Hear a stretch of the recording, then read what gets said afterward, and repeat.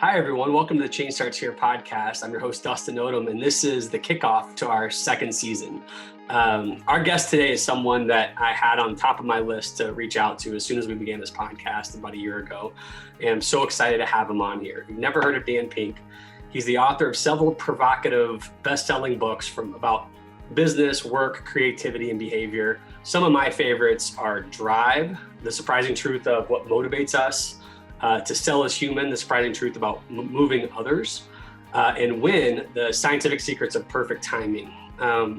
We spend a lot of time today talking about his forthcoming book, The Power of Regret, How Looking Backward Moves Us Forward. It's a fascinating conversation. We dive into a little bit about Dan's background, as well as his passions and why he does what he does. And then we talked, in detail about the power of regret and how instead of using regret to keep us in our own personal prisons, it's figuring out a way and a system to use them for our good, to take bold chances moving forward. And so Dan's a phenomenal human being, awesome thought leader, and a great conversationalist. I was thinking about joking with him about his other career could be doing NBA commentating or something, because he's got a great voice for this. So it's an awesome conversation. I really enjoyed it, and I know you will too. Thanks for joining us. So Dan, thanks for joining us today. I appreciate you being here. Hey, it's a pleasure.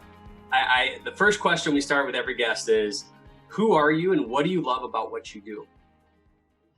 Wow, those are two difficult questions.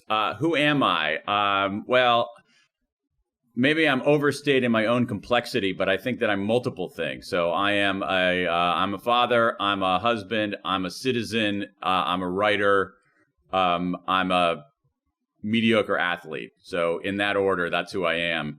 The second one is, why do I love what I do, or what do I love about what I do? Yeah, what do you love about what you do? I think what I love about what I do as a writer is I get a lot of pleasure out of figuring stuff out, out of, taking a tangle of material and trying to make sense of it and bringing some clarity to it. Even though in the process of doing that is often painful, there are moments of transcendence within that process that keep me going. Have you always felt that kind of passion, or is that something that kind of evolved over kind of your journeys and really cool story of life? Yeah, it's a good question. It's an interesting question. I think it's a very revealing question about how we become who we continue to become. That's something that I think evolved. I don't know if it evolved. It might have always been there, but I think it's something that I discovered. It wasn't something that was obvious to me from the get-go. Yeah, I asked because I talked to Jeffrey Canada recently, and he was one of the few that said, oh, I've got, I knew by the time I was like 12 or 13, I didn't have that. Most folks I didn't. And so I'm always curious. And I know, look at your background, you aspired to go to a really amazing undergrad institution and the same thing for your law degree. And I feel like I'm just curious, when you were pursuing those, what did you think you were trying to become, or where did you think your life was going to lead prior or during your education? Yeah. Believe it or not, early in my life, or, let's say teenager and into college and even a little post-college, I was deeply interested in politics, and I started working there. And then I discovered that, to your earlier question, Dustin, that I discovered in actually working there and being in the belly of the beast, that wasn't what I wanted to do, in part because that wasn't who I was, or wasn't who I was aspiring to be, or wasn't what I thought I was. And so I didn't really become, there's no late or early in any of this stuff, but I became a quote unquote writer relatively late, in the sense that I didn't start writing for myself full time as my job, as my career, as my work, until I was in my mid-30s. Right. I don't know when the transition was, but you were a speechwriter for a president, right? Or a vice president. Yeah. And so, that's a job that a lot of aspiring writers would kill for. Was it scary to leave that and maybe the predictable nature of advancement there to jump out on your own and start becoming an author? Yeah, it was a little bit scary, but again, I made that decision. I mean, I've been working for myself now for coming up on 25 years, and I made the decision to do that in a very pretty methodical, careful, risk-reducing way. So when I left my job to go work for myself, because of that, again, to your earlier question, when I had this moment when I was, working at these fairly demanding political jobs, where I was always writing on the side. And it finally occurred to me that what I was doing on the side, which is essentially I considered kind of a hobby, was kind of who I was and what I should be doing with my life. And so when I decided to say, hey, let's give that a whirl. And if you're actually a writer, if you're a real writer, being a speechwriter can be really, really frustrating. Because you're not writing your own stuff, you're writing in the voice and the ideas and for the agenda of somebody else. And so if you actually care about your own set of ideas and your own voice, then you end up inevitably bristling against that job, even though it's a cool and really interesting, it's a cool and really interesting job. But when I decided to go out on my own, it was not this kind of wild and woolly risk. I mean, my wife kept her job and her health insurance. We actually made sure that we ended up, through complete luck, we bought a small house in Washington, D.C. at the absolute bottom of the D.C. real estate market. I mean, you could not have planned it any better. So we had a relatively inexpensive house. My wife had a steady job and health insurance, and we said, let's try this for a couple of years and see if it works. And actually, as a transition there, and I say this for people, you have a lot of educators, obviously. There's some people who aspire to work for themselves. I mean, I think you have to be very smart and deliberate and conscious of risk when you do this. And so not only did we not give up her income and her health insurance, but I also, in the very first year that I did this, I did corporate speech writing on the side, where I would do like speeches for CEOs and things, which I hated, but it paid for diapers and oatmeal and and gas for the car. Yeah, hopefully it also led to I can imagine how tough that would be, but hopefully it led to a group of folks who were excited to bring you in once you found your voice in the marketplace. Not really. It didn't? Are you serious? I would hope that that would be like your first 5 open doors there. Nope. Oh, wow. That's a whole other conversation we can have. My parents ran political campaigns growing up, so your political background is interesting to me. The fact that you got out and got into motivation. So my stepmom was a banker, and I guess BB&T Bank on the East Coast bought all their top performers on your drive book back in the day. So that's all that was given to me. And so my thought is I am driven. There's a guy that I read in college named Rick Warren, and that's where I wrote my mission statement. Read a book called Purpose Driven Life and made my own personal mission statement off of it. And purpose to me and what motivates people has always been a passion of mine. And that's clear in everything you write and everything you do. And so you may not feel it. I feel it. So I know I'm sure some folks are. I'm just curious, when did you know you wanted to dive into human behavior, or you were fascinated with trying to help people figure out purpose? Well, those are two different things, at least in my view. But I'll answer the first one. So I've actually always been really, really interested in human behavior, even as a little kid. I ended up majoring in college in linguistics, which I really liked, and I liked the intellectual challenge of that field. Which it's a social science, a very mathematical social science. But I took the very first fall I showed up in college, I took introductory psychology. I thought it was the best course I ever had. I thought it was great. I loved it. Even as a little kid, not a little kid, but as a teenager, I would read books about that and wonder about that. And at some level, I guess I was just too much of a, sort of a risk-averse middle-class kid from the middle of America. But, if I had to rewind my life, I think it's possible that I would have been an academic, that I would have, instead of like writing about people doing the research, I would have done the research myself and gone and become a social psychologist or something like that, and become an academic myself. I didn't even consider it. I mean, truly, it didn't even consider it really when I was growing up. But that was actually I've always been really interested in that. Now, as for the purpose, it's interesting. That's less conscious. That's more of a discovery, because what I think I realized in that when I was writing books, and let's really books, is that if you actually interview people, if you actually think, if you actually do the research, that's always where it led. It always led back to purpose. It wasn't something, I wasn't trying to impose that consciously on what I was doing. It was simply in the process of discovering, in the process of learning. That's where it inevitably led. I'll give you one example of this. I wrote a book 20 years ago called Free Agent Nation, which was about the rise of people working for themselves. This is, before the gig economy and whatnot.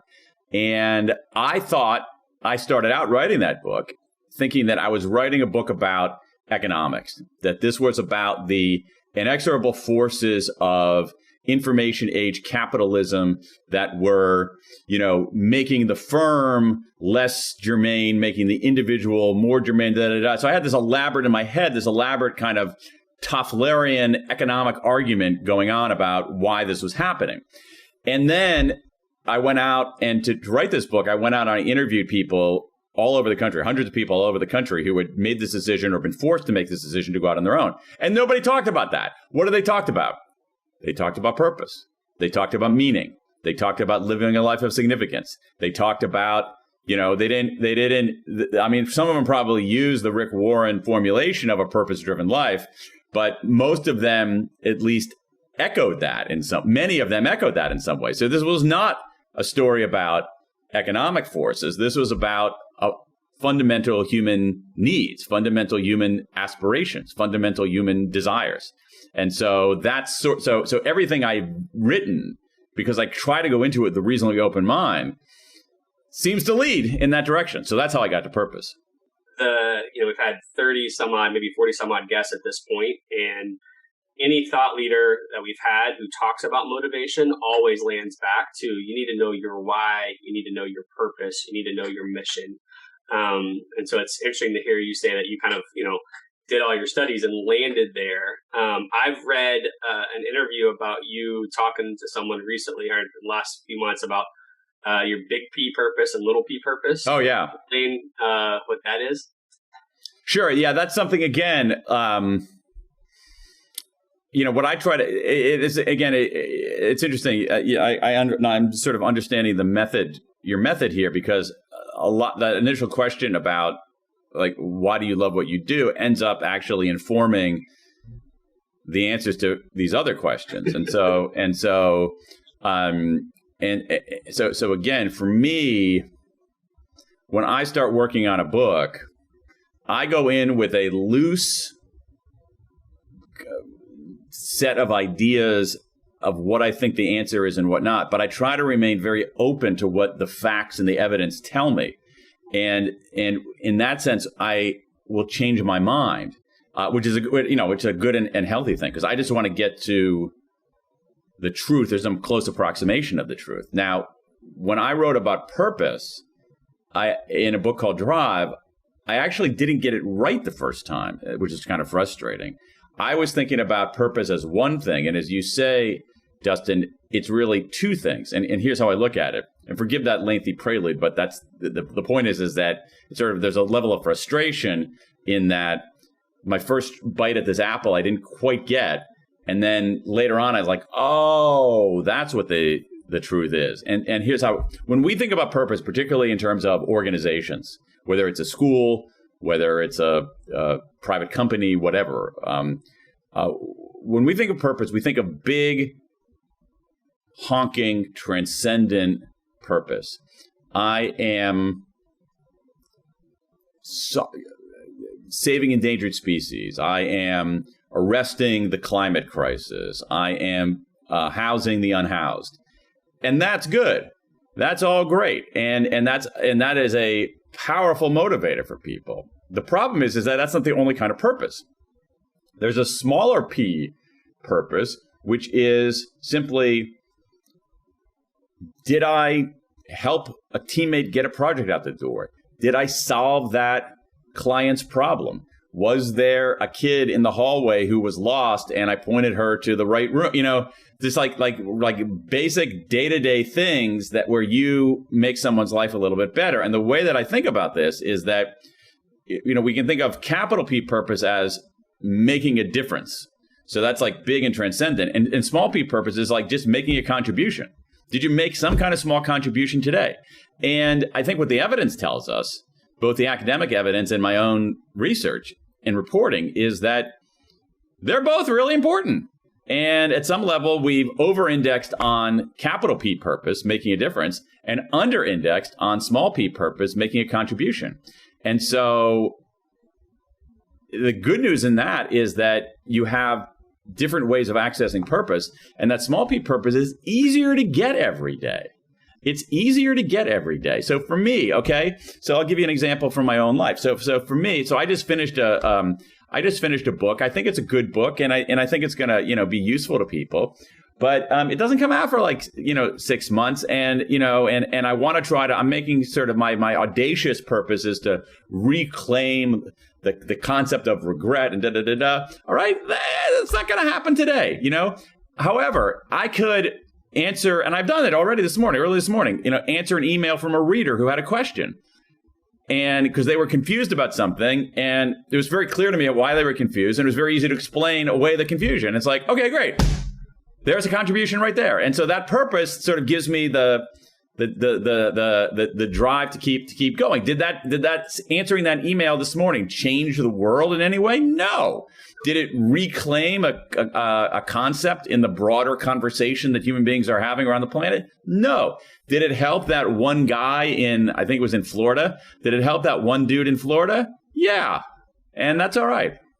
So as a leader, what can we do? I mean, we've got folks that are leading schools or leading districts that are listening. And, all of us, especially at the start of a new school year, are thinking that big P. I'm curious what type of advice you have for folks who are thinking, all right, well, I've got people locked in the big P, I believe, for our schools or our district. Yeah. Those little P's, my folks need to be having wins every day so they don't get burned out. Yeah. So it's a great point. So I don't want to diminish the big P. It's still important. All I want to say is that it's not the only thing. Right. And I think with schools, you have the big P baked in to the enterprise itself. So a school is not, say, it's not like here's my stapler, right? It's not a staple company. It's hard I'd have to break a sweat to find the transcendent big P purpose of manufacturing staples, right? So what I have seen in organizations that actually have that big P purpose integrated into their very existence. So whether it's a school or whether it's a NGO or whatever, is that they actually don't bring that capital P purpose to the surface enough. So they should actually make sure that they don't give it short shrift. Beyond that, if you're a school leader, I mean, you can get your small P purpose in all kinds of ways. You could help a teacher solve his or her problem, or give a teacher instruction on, hey, here's how you deal with that parent, or here's how you deal with that kind of pedagogical issue. It could be a small passing in the hallway conversation that lightens the load on that particular teacher. It could be that you have a conversation with a student, maybe on the playground, where you help a student resolve some kind of squabble with a friend or something like that. So these small day-to-day encounters that make someone's life better in that moment, and that don't immediately yield a world-changing outcome, that's cool. You need those. And then you make another really good point. Again, I look at these things almost like, I tend to look at it sort of a little too, maybe slightly too analytically, but I think it's a useful frame for understanding this, is that I often look at things of like an economist in a way, like are these elements in our lives, are they priced properly? And so And so at some level, we have overpriced big, hairy, audacious goals. They're good, but I think that the price is a little too high on those things. Whereas we've underpriced small wins. So that's like, so what you want to do is like, if you have, if it's a stock, like this is you want to buy small wins because the value of small wins is going up. And so we haven't valued small wins enough, and we valued big, hairy, audacious goals a little too much, I think, even though they're valuable. It's just a matter of the level of pricing. Yeah, to your point, I mean, I think about, back my time's a teacher, my district, my wife's in right now. If I'm a teacher there, I know I've got to help my kids increase their academic scores. Like, I know that's where the pressure is. That's what my purpose is. But that can't be a teacher's only identity. And I feel like so many people get burned out because they're not listening or creating a culture of celebrating the little P along the way. And those P's stacked together make a massive difference for everybody. Yeah. Particularly getting to the outcome of the big P, probably. Yeah. I think that's an interesting point. I mean, I think that they have an accumulating power. I think that's a very good point. They have accumulating power in that they cascade. That is, it's even more. Again, it's not a linear climb. It's not quite exponential, but it's not linear. It's a little bit. It's a small exponent. So it's rising. It's rising faster than like a one-to-one linear relationship there, but because they cascade, that is, small wins beget small wins, which beget small wins. And so I really think that we have undervalued that. And there's some good literature on that. I mean, Carl Weick wrote about this 40 years ago. I'm a big fan of the work of Teresa Amabile at Harvard Business School, who about 10 years ago wrote a book that summarizes a lot of this research called The Progress Principle, which shows that the single biggest day-to-day motivator on the job is making progress in meaningful work. When people make even small progress, they are fortified, they are renewed, they come back the next day better able to do their work and do it well. That's fascinating. I assume most people, plenty of people I've talked to and they've heard of you, the drive always seems to be, even if they've read your other books, drive seems to be the first thing that people link to. And you just said a few moments ago, it's going to be a few months before your next book comes out. But I think, at least what I've read about it at this point, that really could be a life-changing work for so many people, because I feel like the world gets paralyzed in their own prison by regrets. And so I'm just curious, how did you choose to tackle this topic? I actually, on that, I don't know if this is a book that I would have written 20 years ago. I think it was just the accumulation of living and thinking and, getting a little bit older when, if you look about your life, when you're, say, 25, it just seems like everything's in the future and there's not much in the past. And then when you get to my age, you're like, well, wait a second, they're about equal. There's like, that future is like gotten a little shorter and that past has gotten a little longer, and what, and so that was part of it. And then also, I just think for me, the catalytic thing, which is bizarre and maybe doesn't reflect well on me, is that when my elder daughter graduated from college, for whatever reason, there were all these ceremonies and a lot of waiting and so forth. And I just started thinking about my own regrets about being in college. And that got me interested. And one of my principles, there's an old adage in journalism, which is always extrapolate from your own experiences. You're not that special. So if I said, well, if I'm thinking about regret, other people are. And then I started looking into some of the research on it, and I found it an endlessly fascinating topic. And I also found, I have a different view of it than I think is the conventional view. So I was excited to try to see if that was right. Yeah. So tell us what's your viewpoint on it. I feel like I read another interview where someone was asking you about the difference between regret and disappointment, which I thought was a deep question. And so I'm curious how you landed there, the difference between regret and disappointment. Oh, that's an easy one. The difference between regret and disappointment is that with regret, it's the only way something becomes regret is if you have agency and you're at fault. And so for instance, I'm a basketball fan. I'm an NBA fan. I live here in Washington D.C. So I'm disappointed that the Washington Wizards didn't come anywhere close to winning the NBA championship last year or any year for the last 40 years. But I can't regret that. I can't regret that they did it because it's like I don't play for them, I don't coach them, I don't run the team or anything like that. But I can regret. I can regret that. Okay, to give you an example. So I can regret that I like last week went 4 consecutive days without running. That's totally on me, right? I'm not disappointed. I'll give you the best example, Dustin. I'll give you the best example. It's from Janet Landman at the University of Michigan. She says, imagine this scenario. This is the difference between regret and disappointment. You've got a little kid, and the little kid loses a tooth, and then she goes to sleep. Before going to sleep, she puts her tooth under her pillow. When she wakes up the next morning, looks under her pillow, the tooth is still there. She's disappointed, but the parents regret that they forgot to leave a prize from the tooth fairy. So that's the difference between regret and disappointment. And so when you think about your take on regret, first off, when you start talking about sports, I used to go to all Brad Beal's high school games here in St. Louis, and he was on my cousin's AAU team. Oh, wow. So I got a chance to watch a lot of them. So I'm a distant fan of your Wizards right now, as long as Brad Beal's there. Well, yeah, I mean, Bradley Beal is I think his talents are under-recognized in the broader NBA. I've always thought that he, and again, this is a room empty here for people who are not NBA fans.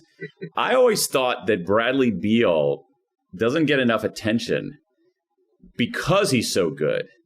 And he makes it look so effortless that people don't realize just how crazy hard what it is that he's doing. Whereas you have other players who are a little bit, draw a little bit more attention to themselves. And with him, it's like he does these outrageous things and just runs back down the court. I mean, but anyway, we can talk about the. They just came out with a new NBA. The day that we're talking, yesterday, they came out with a new NBA schedule, and the latest sports analytics folks are projecting the Wizards will win 33 of 82 games next season. So I have a lot to look forward to. I don't know if they're going to get Dame either, huh? They got all those trade pieces. I don't know if they're going to be able to do anything with it. All right, we need to get back on topic. I could talk about that forever. So your take on regret. What have you learned, or what's the thesis that you think is going to change the way people? No, there are a few things. Number one, I mean, the main thing about regret itself is that well, a lot of us have these. There's this very American philosophy of no regrets. I don't have any regrets, no regrets, and that's nonsense. That is absolute, utter, unhealthy bunk. Everybody has regrets. The only people who don't have regrets are 5-year-olds, people with neurodegenerative diseases, and sociopaths. Everybody else has regrets. It's part of being human. And if you look at the research, there's some really fascinating work about what emotions we talk about in our lives, and what emotions we're conscious of, but also what emotions that we express. The top rated negative emotion, the negative emotion that gets the most airtime is regret. It's the second most mentioned emotion of any kind after love. And so regret is a fundamental part of being human. Now, done wrong, regret can lead to rumination and stasis and whatnot. Yep. But done right, and there's a systematic way to do this, there's a pile of evidence showing that if we reckon with our regrets properly, we can make better decisions. We can perform at a higher level on a whole range of tasks. And get this, because here's where the evidence goes once again, we can deepen the meaning and purpose in our life. And so, so this goes a little bit, Dustin, to something we were talking about earlier. At some level, again, let's think about this pricing problem. There's certain things in our midst that are overpriced and certain things that are underpriced. And in this realm, at least, we have, especially Americans, we have overpriced positive emotions and underpriced negative emotions. Negative emotions serve a purpose. You can't go crazy on them. You can't wallow in them, but negative emotions give us information. They're telling us something. And so simply to say, I don't hear it because I always think positive, blah, blah, blah, is unhealthy.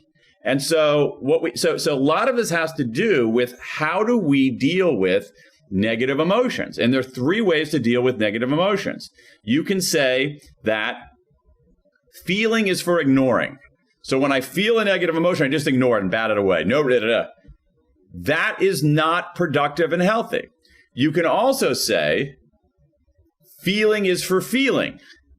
So you wallow in it. You luxuriate in your negative emotion. That's even worse. Or you can say not feeling is for ignoring or feeling is for feeling. Feeling is for thinking. What's this telling me? What do I learn from this negative emotion? And then if feeling is for thinking and thinking is for doing, a negative emotion like regret, which is the most prominent negative emotion, points us to a positive path. And so what I'm trying to do in some sense is reclaim this negative emotion because paradoxically, it can lead to really positive outcomes. Yeah, to me, this book, I wish it could come out now because I feel like we're in the midst of the pandemic still, but the last 18 months were incredibly tough on lots of people. And I feel like so many people have spent so much time wallowing in regret or getting stuck in the same thought pattern that, if you're giving us a tool set of how to break out of that, I think that's really healthy. And I was on a call recently with a gentleman who thinks that this pandemic, which caused so much heartache, is going to lead to the Renaissance. And I believe you had a similar take on what this pandemic could be doing for society, don't you?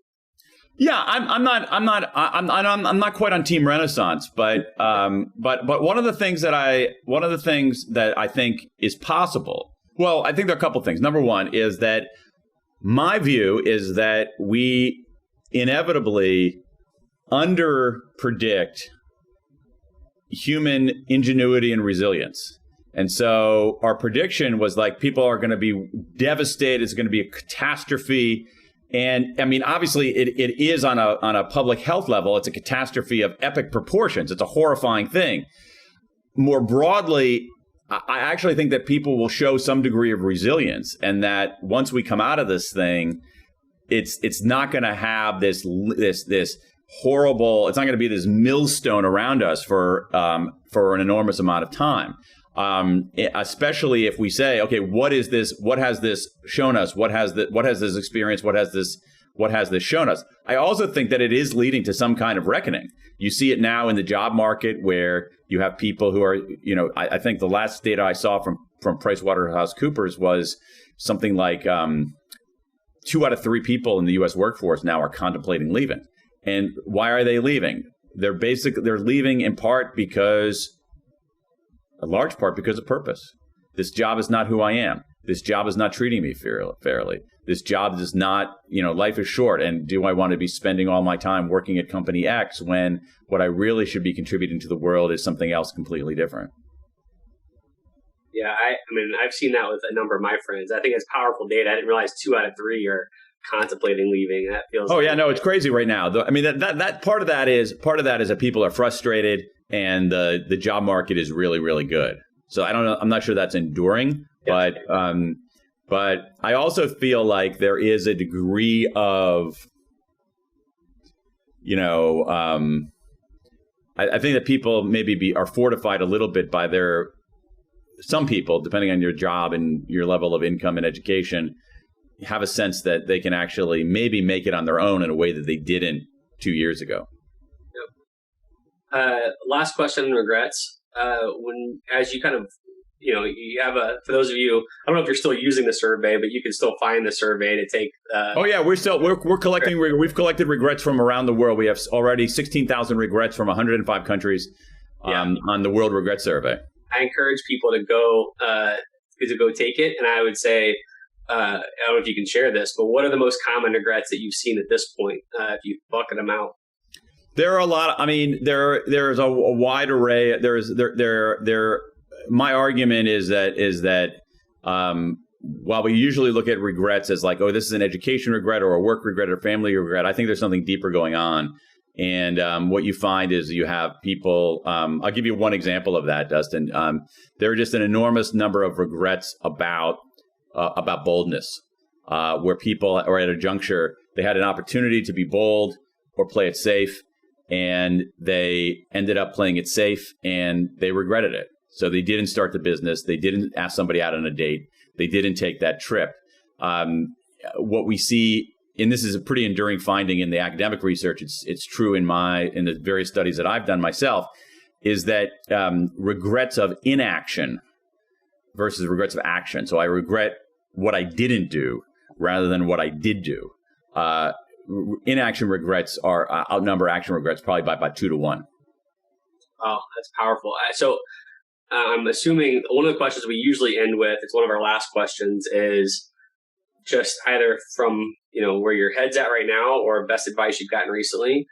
Everyone who comes here is looking for the best way to start making change in their lives. So let's focus on their lives. Taking regret, what's the best advice you have for people to make a change in their life right now? I think I might go back to that, what we were just talking about, which is that chances are very good that you will regret your inaction more than your action. So when in doubt, take that risk, even though it's a little scary at the beginning. Because what I've seen, and I think the data bear it out, is that while some people regret taking risks, they are the vast minority. That most people regret what they didn't do, and so take that smart calculated risk. The chances are you're not going to regret that years down. I'll give you one other small tactical one for educators, which is that the advice that I got in taking like multiple choice tests was that go for your first instinct. Like, don't change go for your first instinct, right? Like, oh, I think the answer is A. Then I come back and say, no, it might be C. And everybody says, no, go with your first instinct. Don't go with your first instinct. What the research tells us is that changing your answer. People don't change their answer because they're more likely to regret changing their answer than not changing their answer. And so even though changing your answer almost always leads to a better score. So change your answer. That's my tactical test taking advice. And then finally, on the broader life advice, you've given me the entree to talk about sports by talking about the Wizards. So let me talk about the Washington Nationals. And this is, I think really good advice, and I will verify how seriously I take this advice. So in 2019, in the early part of the baseball season, the Washington Nationals were not doing very well. They had one of the worst records in the major leagues. That year, they ended up winning the World Series, but they didn't turn around immediately. And in the depths of this terrible season, where it looked like in May the whole season was lost, the Nationals manager, Davey Johnson was the earlier manager. Davey Martinez said something that I thought was really profound and goes to some of your earlier points, Dustin, which is this. He said to his team, don't think about the season. Let's just go 1-0 today. Go 1-0 today. And then what do you do the next day? We're going to go 1-0 that day too. And that small win approach, I think, is powerful. And it's so much that even I'll show for the viewers here, I'm going to show you my whiteboard, which is a gray board right above my desk. You can see there, it says, go 1-0 today. Yeah. So that's what I've tried to do. And so it goes, very much to, you should know your transcendent purpose and so forth, but just anything you're doing, whether you're trying to turn around a school, whether you're trying to teach a group of 7th graders algebra, whether you're trying to write a book, whether you're trying to enliven an entire school district, go want to know today. That's your job. That's awesome. Well, we're trying to get to know our guests a little bit better this year. So that was one way definitely that we stumbled into it, of go want to know today on your whiteboard. Are there any habits or disciplines that you do on a daily basis that you think contribute to you being in the right mindset to go want to know that day? I mean, I experiment with a lot of different stuff. One of the things that I do try to do, I actually didn't do it today, is because I'm looking at my list of things to do for the day. So here it is. I'm still pretty analog. I use pencil and paper. Yeah, but oftentimes what I'll do is most days actually, when I have a list of things to do, I will write at the very top of it, MIT, for most important task, and just make sure that I hit that most important task. Rather than go to the, like on this list today, there's no way I'm going to get all this stuff done today. Yep. And so rather than sort of pick at the things that are less important, but that give me the satisfaction of crossing it off of a list, I make sure that I focus on my MIT. What's my most important task?